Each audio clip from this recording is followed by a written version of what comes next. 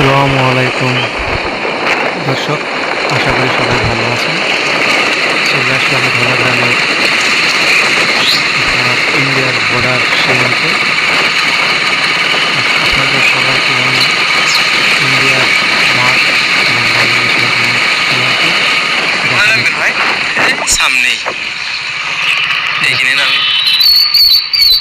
দেখানোর চেষ্টা করব এবং গ্রামের মানুষের কিছু জীবনযাত্রা নিয়ে ও প্রাকৃতি নিয়ে কথা বলব, আপনাদের দেখানোর চেষ্টা করব। আর কিছু সবাই সাথে থাকবেন।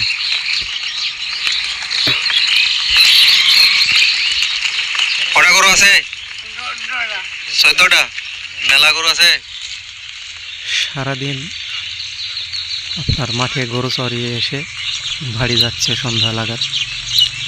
তারপরে হাড় খাটনি করেও বাড়ি যাওয়ার সময় মানুষ তার মুখের হাসি দেখে আত্মাটা শান্তি পেয়ে গেল, অনেক ভালো লাগলো।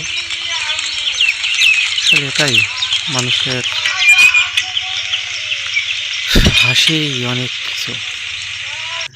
হাসিটা দামি লাখ টাকা, কি অসাধারণ এক হাসি। সারাদিন হাড় খাটনি করে এসে মুখের হাসিটা কমে নেয়, অনেক সুন্দর লাগলো। Border guard Bangladesh BJP camp. সামনে এই রোডে দিয়ে গিয়ে গেলি সামনে ইন্ডিয়ার মাঠ। আপনার এই যে বট গাছটি দেখছেন, এই বট গাছটির বয়স আনুমানিক 150 বছর। এই গাছ অনেক পুরনো গাছ। সামনের দিকে যে মাঠটা দেখছেন, এই মাঠটা ইন্ডিয়া। এই খড়ি নিয়ে যাচ্ছে বাংলাদেশের মানুষ। তামাক বাংলাদেশের চাষিরা তামাক চাষ করেছে। মাঠ শুধু তামাক আর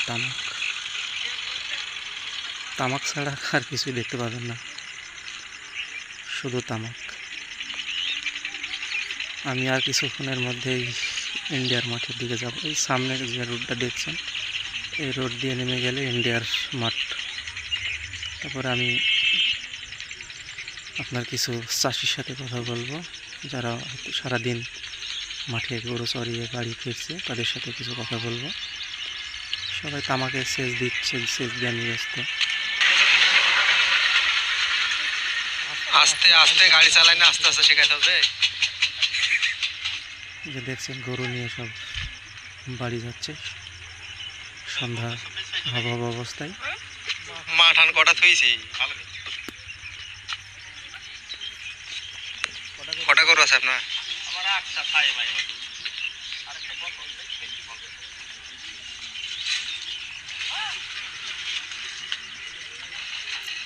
নাল্লাল বাছুর, অনেক সুন্দর লাগছে বাছুরখানা দেখতে। জায়গা নাই।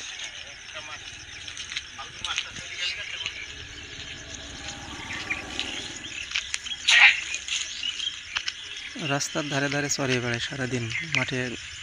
আসলে মাঠ সব ফসল তো, চড়ানির জায়গা নাই, এই জন্য রোডের ধারে আপনার চড়িয়ে বেড়ায়।